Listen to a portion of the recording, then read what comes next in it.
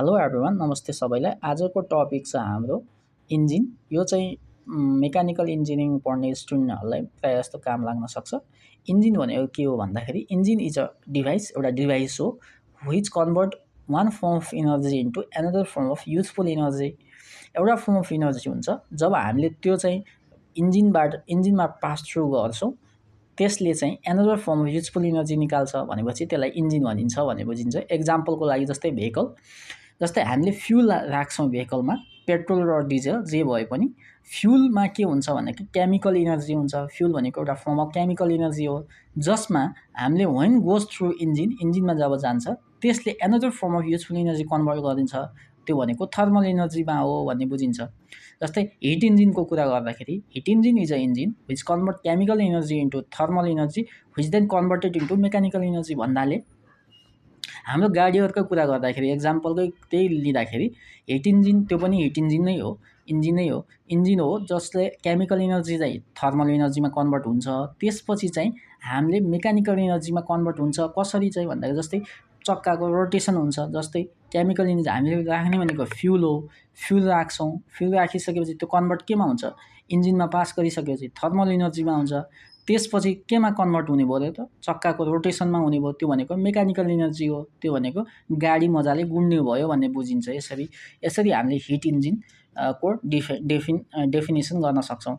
अब यसमा भनेको केमिकल इनर्जी कहाँ सोर्स के हो त, सोर्स भनेको पेट्रोल हो, डिजेल हो, कोल हो। मैले अघि नै भनिसकेँ, fuel is a chemical form of chemical energy, एउटा केमिकल फर्म हो। केमिकल इनर्जीको केमिकल फर्म हो। यो आफैमा बर्न हुँदैन। यसबाट इनर्जी पाउनको लागि हामीले फ्युललाई के जलाउनुपर्छ, बर्निङ गर्नुपर्छ। त्यो कसरी हुन्छ त बर्निङ हुनको लागि हामीले तीनटा कुरा क्याटेगोरी चाहिन्छ। कुनै पनि कुरा बर्न गर्नको लागि तीनटा क्याटेगोरी चाहिन्छ। कम्पल्सरी हुनुपर्छ। एउटा भनेको अक्सिजन नभइकन बर्निङ हुँदैन हैन। अर्को भनेको कम्बस्टेबल मेटेरियल, बर्न हुने कुरा हुनु पर्यो नि त। जस्तै फ्युल भनेको एउटा कम्बस्टेबल मेटेरियल हो हैन। अर्को हिट पनि हुनु पर्यो अलिकता, हिट नभएसम्म बर्न हुँदैन। For burning fuel needs to get burn combustion in the presence of अक्सिजनको बिना हाम्रो प्रेजेन्स। जस्तै पेट्रोल डिजललाई हामीले त्यत्तिकै राखिदियो भने बर्न हुन्छ त, हुँदैन। किन हुँदैन, त्यहाँ चाहिँ अक्सिजनको प्रेजेन्स चाहिन्छ। अक्सिजन कहाँ हुन्छ, अक्सिजन भनेको एटमोस्फियरमा हुने कुरा हो। एटमोस्फियरमा एयरमा छ अक्सिजन। गाडीमा फ्युलको ट्याङ्की हुन्छ, अक्सिजनको ट्याङ्की हुन्छ त, हुँदैन। किन हुँदैन भनेको अक्सिजन त इन्भाइरोमेन्टमा छ, एटमोस्फियरमा छ। हामीले अलग्गै ट्याङ्की राख्नु परेन, फ्युलको चाहिँ राख्नु पर्यो। किनभनेको चाहिँ फ्युल त हामीले एउटा स्टोरेज गर्नु पर्यो, अक्सिजनको चाहिँ पर्दैन। किनभने त्यो एटमोस्फियरमा छ भन्ने बुझिन्छ। अब बर्न हुनको लागि त्यसैले हाम्रो अक्सिजन चाहिन्छ। फ्युललाई बर्न गर्नु पर्यो, अक्सिजन चाहिन्छ। त्यसबाट के निस्किन्छ, हिट इनर्जी निस्किन्छ, जो चाहिँ थर्मल इनर्जी हुन्छ, which then later into mechanical इनर्जीमा कन्भर्ट हुन्छ। जब रोटेसन हुन्छ टायरमा, चक्कामा, अनि त्यो मेकानिकल इनर्जीमा कन्भर्ट हुन्छ अनि गाडी गुड्छ भन्ने कुरा हो। त्यसपछि हामीले अब लास्टमा हेर्दाखेरि केमिकल रियाक्सन त हुन्छ। अब जब बर्निङ हुन्छ, बर्निङ हुँदाखेरि हामी जब हिट निस्किन्छ, त्यो के भयो त भन्दाखेरि त्यहाँ केमिकल रियाक्सन भयो। रियाक्सन बिना केही हुन्छ त, हुँदैन। केमिकल रियाक्सन दुईवटा किसिमको हुन्छ। एउटा भनेको एक्जोथर्मिक भन्छ रियाक्सन, एउटा भनेको इन्डोथर्मिक भन्छ रियाक्सन।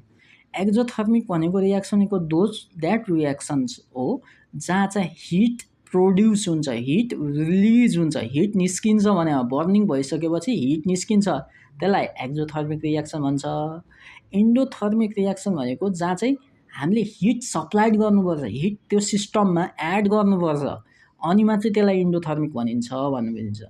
अब कुनै पनि अल टाइप्स अफ कम्बसन प्रोसेसहरू, बर्निङ प्रोसेसहरू जहिले पनि एक्जोथर्मिक रियाक्सन हुन्छ। किनभने बर्न गर्दाखेरि जहिले पनि हिट निस्किन्छ, हिट एड गर्नु पर्दैन। हामीले हिट निस्किन्छ। Combustion process is always exothermic reaction भनेर बुझिन्छ। अब हामीले मेन कुरा बुझ्नुपर्ने के हो भन्दाखेरि यसमा एउटा लास्ट समरी भन्दाखेरि इन्जिन भनेको एउटा डिभाइस हो, विच चाहिँ एउटा फर्म अफ इनर्जी चाहिँ अनदर फर्म अफ युजफुल इनर्जीमा कन्भर्ट गर्छ।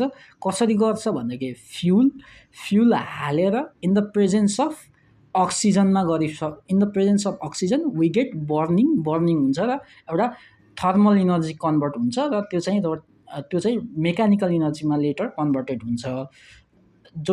जुन केमिकल रियाक्सन छ त्यो चाहिँ एक्जोथर्मिक रियाक्सन हुन्छ भनेर बुझिन्छ। यति नै हो। भोलि चाहिँ हामीले हिट इन्जिन टाइप्स भनेर एउटा इन्टर्नल कम्बसन इन्जिन र एक्सटर्नल कम्बसन इन्जिन पढ्न गइरहेका छौँ, जो चाहिँ आइसी इन्जिन र इसी इन्जिन भनेर बुझिन्छ। यो चाहिँ भोलि पढ्ने गइरहेको छ। आजलाई यति नै, धन्यवाद।